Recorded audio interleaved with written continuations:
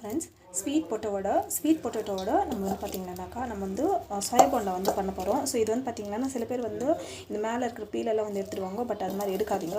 அதில் தான் வந்து பார்த்திங்கன்னா சத்து நல்லா இருக்குது. ஸோ இது வந்து பார்த்திங்கன்னா கொஞ்சம் ஸ்வீட் வந்து கொஞ்சம் அதிகமாகவே போட்டு தரேன்.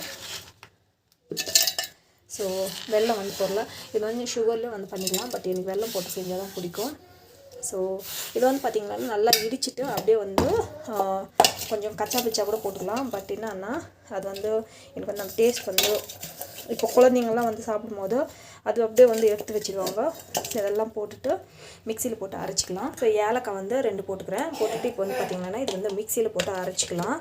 ஸோ இப்போ மிக்சியில் போட்டு அரைச்சிக்கலாம்.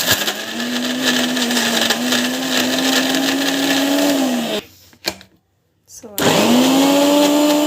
வந்து பார்த்திங்கன்னா இந்த அளவுக்கு வந்து மசிஞ்சிருச்சு. ஸோ இந்த அளவுக்கு மசிஞ்சால் போதும். ரொம்ப வந்து குழையானும் வேண்டாம்.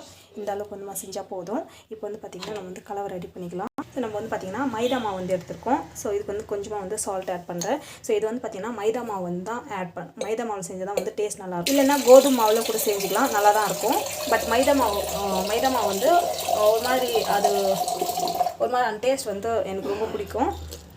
ஸோ உங்களுக்கு மைதா வந்து அவாய்ட் பண்ணனாக்கா நீங்கள் வந்து பார்த்திங்கன்னா கோதுமை வந்து சேர்த்துக்கோங்க. ஸோ இது வந்து பார்த்திங்கன்னா கொஞ்சம் நம்ம வந்து இது வந்து ஒரு பஜ்ஜி கன்சிஸ்டன்சியில் வந்து போட்டுக்கிறதுக்கு நம்ம வந்து பார்த்திங்கன்னா இது ட்ரை பண்ணோம். ஸோ இந்த கன்சிஸ்டன்சியில் வந்து வேஞ்சிக்கலாம். அவ்வளோதான். நம்மளுக்கு வந்து பார்த்திங்கன்னா இது ஒரு 10 to 15 minutes வரைக்கும் அப்படியே இருக்கட்டும். அப்புறமா வந்து பார்த்திங்கன்னா நம்ம வந்து பஜ்ஜி போட்டுறது கரெக்டாக இருக்கும்.